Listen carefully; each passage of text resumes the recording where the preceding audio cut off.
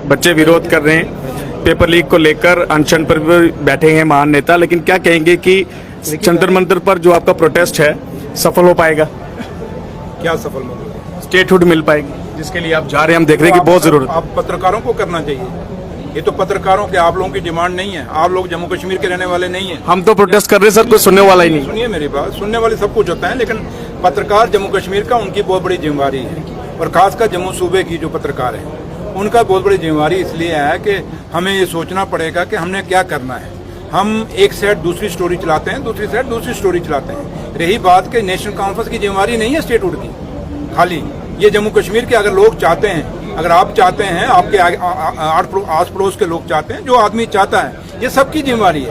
और अगर जिम्मेवारी अगर आप समझते हैं कि हमें स्टेटहुड चाहिए तो हर आदमी को फिर निडरता से और खुल के सामने आना पड़ेगा। रही बात जहाँ तक नेशनल कॉन्फ्रेंस की ताल्लुक है कि हमारे मैनिफेस्टो में हमने ये वादा किया था जम्मू कश्मीर के लोगों के साथ कि हम जम्मू कश्मीर की जो खोई हुई शिनाख्त है, जो महाराजा हरि सिंह का स्टेट था, उस जो हमारा स्टेट तोड़ के हमें एक यूटी बनाया गया, उस यूटी को हम दोबारा से स्टेट में बदलने के लिए कोशिश करेंगे। और इसके लिए जब हिंदुस्तान के हमारे प्रधानमंत्री, हमारे होम मिनिस्टर साहब ने हिंदुस्तान के, उन्होंने वादा किया था जम्मू कश्मीर के लोगों से इलेक्शन के टाइम कि जब भी इलेक्शन खत्म होंगे उसके बाद हम स्टेटहुड वापस कर देंगे, स्टेट का दर्जा जम्मू कश्मीर को वापस दे देंगे। बट आज डेढ़ साल हो गया, 18 महीने हो गए हैं उमर अब्दुल्ला सरकार बने हुए, और आज तक ये स्टेट का दर्जा बहाल नहीं किया गया। हम जो जम्मू कश्मीर की जो बीजेपी है, जो रोज बातें करती है, रोज नेशनल कॉन्फ्रेंस के ऊपर उमर अब्दुल्ला सरकार के ऊपर इल्जाम लगाती है, हम बीजेपी के लोगों को पूछते हैं क्या आपका वादा नहीं है जम्मू कश्मीर को स्टेट का दर्जा बहाल करना?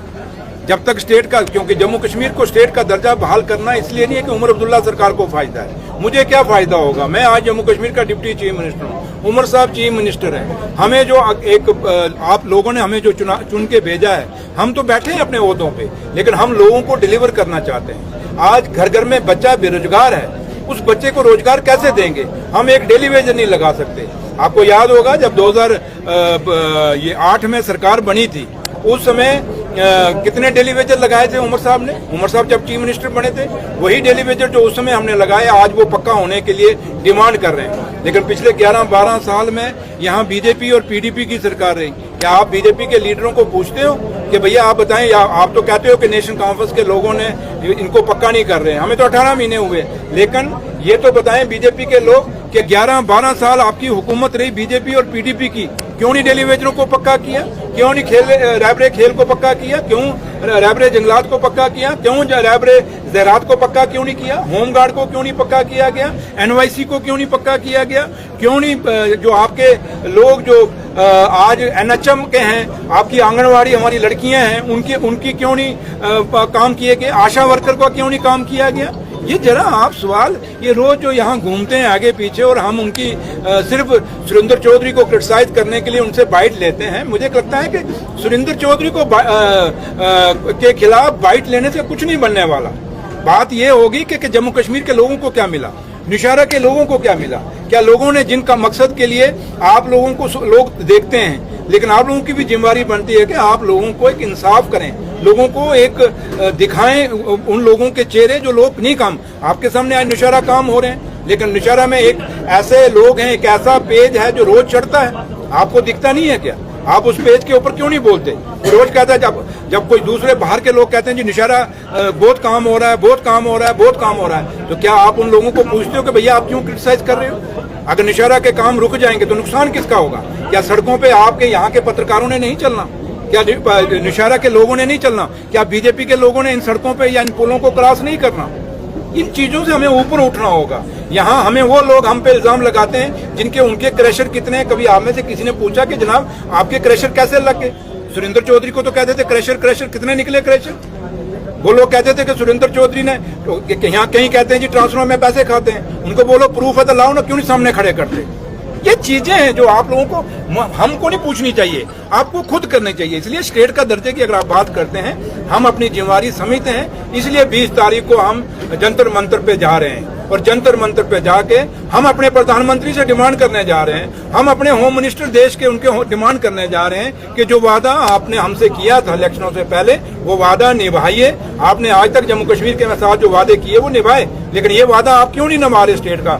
हमारा स्टेट का दर्जा बहाल करिए ताकि हम लोग सरकार एक इंडिपेंडेंट होकर अपने काम कर सके और लोगों के मुश्किलों और मुसीबतों को हल कर सके। Thank you sir. ये रोड की भी बैड कंडीशन है सर, आपने देखा कई जगहों से बनी है, क्या बहुत बड़ी करप्शन हुई है? रोज होगा कोई ना कोई इस सड़क जो रोड बनी है, हाईवे नेशनल हाईवे जो बना है सर, वो किसने डिवाइडर सर जिसने भी बनाया, क्या उसमें अब आपने सवाल छेड़ा, पूछ लीजिए थोड़ा। जो एसआरएम के यहाँ कंपनी के साथ जो पार्टनर थे, यहाँ लमेड़ी का एक आदमी पार्टनर था ना एसआरएम कंपनी में, उसने पूरा रोड बनाया था, उसी के क्रैशर से पूरा मटेरियल लगा, अलाइनमेंट पूरी उसकी खराब है, उसके ऊपर इंक्वायरी चल रही है। जरा उनको पूछ लीजिए भैया ये जो जब आपने रोड बनाई थी इसकी अलाइनमेंट क्यों गलत की?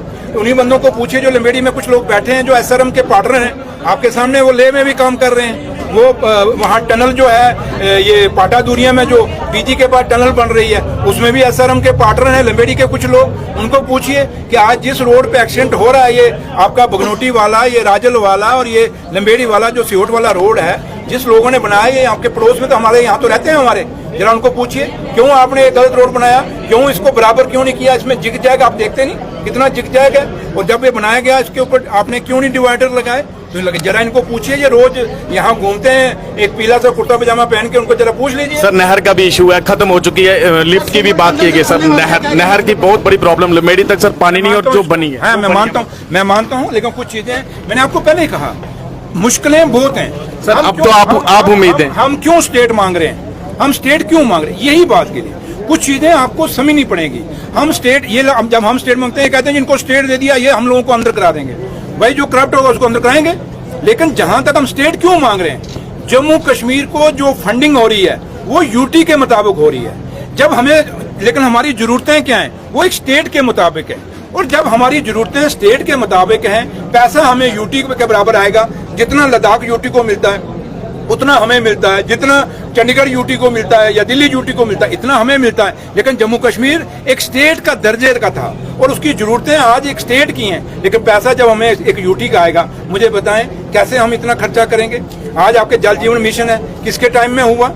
यहाँ आपके सामने लोगों ने लोहे की पाइपें लगानी थी तो प्लास्टिक की लगाई, किसके दौर में लगी? और जो ठेकेदार हैं पार 3-4 तो मैं सरपंचों को जानता हूँ यहाँ पार के हैं, और किसके बंदे हैं वो? ये जो रोज जो पेज पे चढ़ाते हैं उनके बंदे हैं ना। उनको पूछे कि सफर तो जनता कर रही है। सुनिए ना, सफर नहीं, पूछिए ना उनको, आप पूछिए, आपकी जिम्मेवारी बनती है कि भैया आप बड़ी जिम्मेवारी पर आप बड़ी रोज बातें करते हो, बताओ लोहे की पाइपों की जगह आपने प्लास्टिक की पाइपें क्यों लगाई पीएचई में? जरा उनसे सवाल पूछ लीजिए, मैं क्या क्या जाता हूँ आपको। पीडीपी और बीजेपी कहती है कि नेशनल कॉन्फ्रेंस ने बैकडोर जो नौकरियां दी हैं, सर क्या कहें इसके ऊपर? मैंने कहा ना, जहां तक ये इल्जाम लगाना बड़ा आसान है। अगर बैकडोर एंट्री हमने रिक्रूटमेंट की है, जम्मू कश्मीर बैंक में 2000 लोग लगे थे, क्या बीजेपी और पीडीपी के रिश्तेदार नहीं लगे? खादी विलेज इंडस्ट्री बोर्ड में उसका चेयरमैन हूँ, आज भी मेरे पास फाइल है सुप्रीम कोर्ट से, वो हारे हैं केस, ये बीजेपी और पीडीपी वाले, इनके बच्चे, इनके परिवार के लोग। और वो जो 150 बंदा लगा, वो किसका लगा था? वो बैकडोर नहीं थी। ऐसे ही आपके स्पोर्ट्स काउंसिल में कितने लगे, ऐसे ही टूरिज्म में कितने लगे, इन्होंने खुद लगाए। रही आउटसोर्सिंग कोई नौकरी नहीं होती, ये ठेकेदार एक सप्लाई देता है। जैसे आप हॉस्पिटल नशहर में ही देख लीजिए, यहाँ आउटसोर्सिंग से जो बच्चे लगे, क्या वो मुलाजिम है?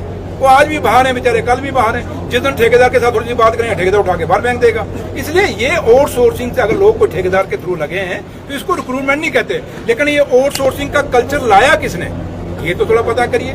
ये बीजेपी और पीडीपी लेके आई थी। यहाँ तो एक ऐसा बंदा भी है जो लंबेड़ी का, जिसका हैंडीकैप है, जिसका कान कटा हुआ है, वो पहले पुलिस में एसपीओ लगा, आज वो पक्का हो गया। वो किसका रिश्तेदार है, जरा पूछ लेना थोड़ा लंबेड़ी वालों से।